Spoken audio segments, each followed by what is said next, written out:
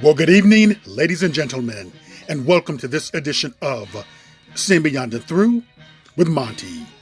Right before you is a photo from the site, or whatever the hell you want to call it. It's called Men on the Move. Anyway, what you see right there obviously is a black man and who he considers a Spanish female. But I'm going to say she's Mexican. But I want you to have a look at what this post is saying in regards to black men and Spanish women.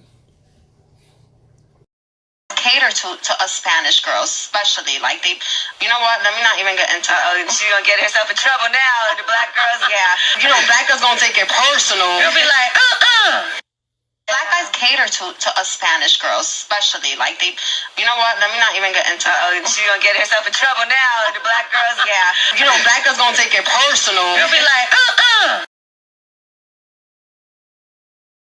Okay, so you heard her talking, and what she's saying is that black guys cater to us Spanish girls.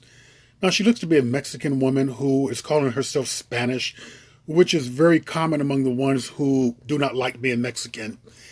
And she's talking about how black guys cater to them, so on and so forth. And you see a smiling, dark-skinned black male who many have pointed out he seems more into her than what she sees into him.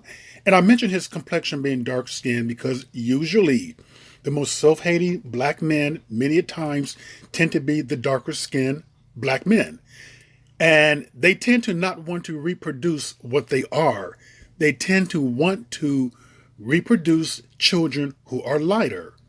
Now, there's a lot to unpack on this particular issue right here, because a lot of times what these black men are unaware of is what they are getting themselves into. And I want you to take a listen to this. All the girls know, if you're a girl, your grandmother will tell you, mira cabrón, cásate con un negro and you're dead. To me, you're dead. Si te casas con un negro, forget, I'm not going to leave you my chain. Get out of here. Porque eres puta cabrona con un negro. Get out of here. My grandmother didn't like black people, and to tell you the truth, black people fucking didn't like her.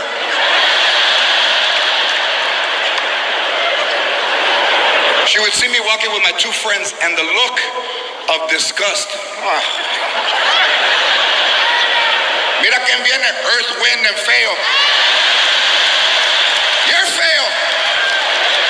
You think you're earth? Cabrón, look at him. Pinche negro. And she would talk shit about him, but they heard negro. They were like, hey, hey, hey, hey.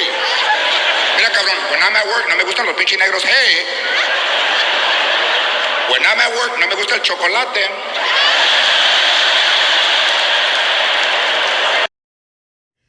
So that was comedian George Lopez, and the translation goes like this here. The grandmothers are telling their granddaughters, do not bring home black men. If you bring home a black man, you're dead. If you bring home a black man, you will be disinherited. Pretty much what it's saying. Do not bring home a black man. And that particular mentality is very deep-rooted into that particular society. A lot of Mexican American families, a lot of Hispanic families, that is the way in which they think. So it is very foolish for black people, for black men to be declaring that they prefer a group of women who collectively do not really prefer them, who collectively probably prefer their own, that after their own, it is white men. They do not consider black men to be a status. They do not consider black men to be a man who they can brag about, who they can show off. A lot of times you can have racist people who love the idea of you pandering to them, catering to them, putting a crown on their head, declaring them to be a princess. They love the idea of black men placing them first and foremost in their thoughts, fantasies, and desires. Now, I want you to have a listen to what this Hispanic female is going to tells Charlemagne the God. I want to talk about Latinos, Ida. Because that's always the big surprise, right? Charlemagne. So do I. Go ahead. I mean, the Latino vote was split, right? With 43% voting for Republican Brian Kemp. So why does the Latino vote differ so much from the black vote? Because we got our own white people. Oh. And people don't understand that. That we have and the assimilation possibility for Latinx, Latin people is higher. People can come from other parts of Latin America, marry white, as like they're told to do, assimilate and assume a white identity that black people cannot escape from. So they will continue to vote in that way because to them that's upward mobility. And unfortunately for us, success means being patted on the back. Not all of us, because y'all gonna go crazy on Twitter. I ain't got a Twitter, so it's okay. But they get the pat on the back from white people, and they feel like that's what being American is. Damn. And that colorism is real in our community. It is real. So you heard her. Basically, she's stating that many Hispanics want a pat on the back from white people.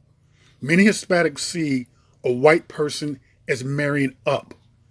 They see a white person as improving their status, their culture, their race, their lineage. They do not see that coming from a black man. Now, I'm saying this to say this because I see so many black men who are very foolishly declaring their love for Hispanic women or their love for Spanish women, or how they prefer Spanish women, how they want a Spanish female. But it's strange that they're calling them Spanish when these women, for the most part, are not from Spain. They're not Spanish women. These are pretty much, the vast majority here are Mexican women, like this particular one here. But getting back to what that female was saying, that it is not a status for them to be dating, to be marrying, to be reproducing with black men. Most of their families do not like that. And people need to understand that when you get into a relationship with someone, if you choose to be espoused with someone, if you choose to marry someone, you are in fact marrying the family. Now, how that relationship would turn out, no one really knows. But for the most part, it's not going to turn out good. Because history has shown us that black men who tend to marry non-black women have the highest divorce rates out there. Now, I do want to point out something here. I wish all people happiness. I really do. But I think that black men need to be very careful because many times in declaring themselves to prefer others among their own, they're making themselves look foolish.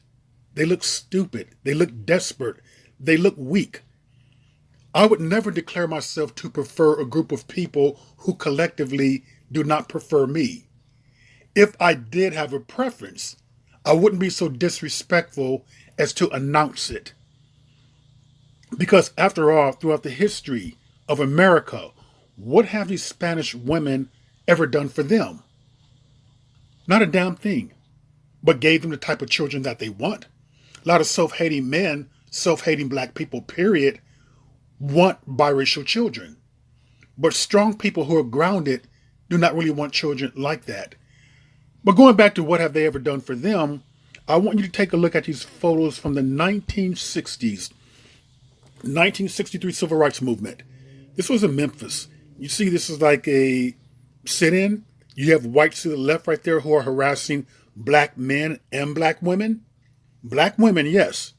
1963 is what you have this right here. Here goes another one right there. You see black women in the front.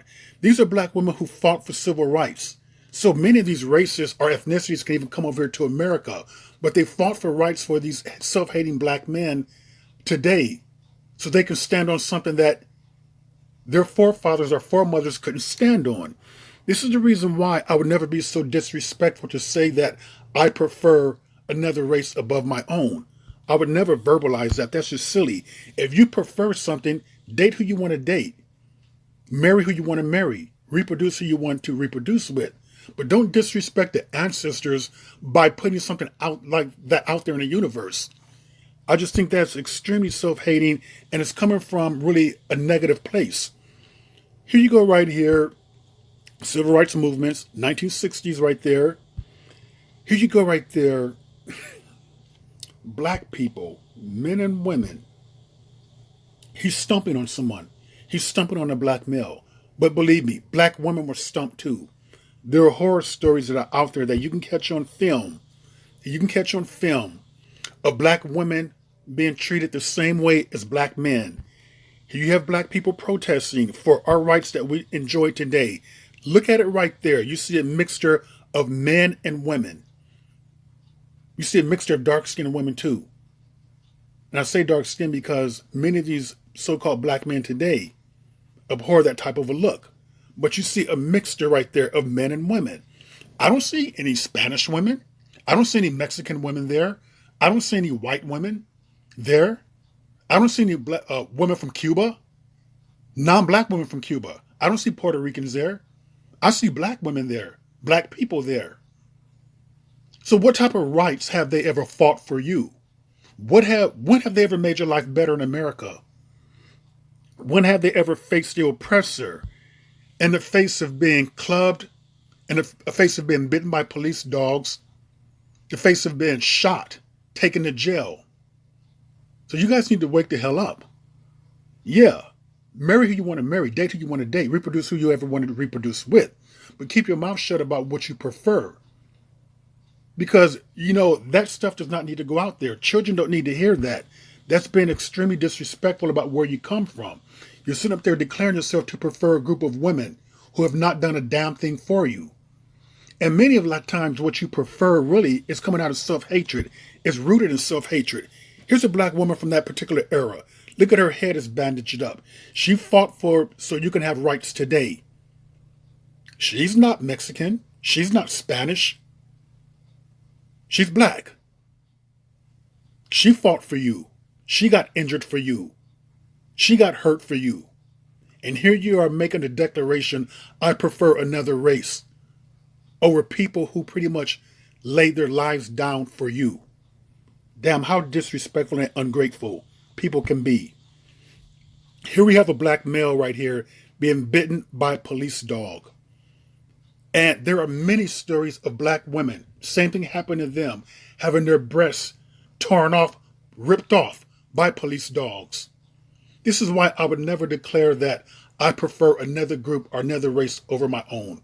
Whether it be black women, I prefer black women, I prefer black men, black children, black grandchildren, black people, period.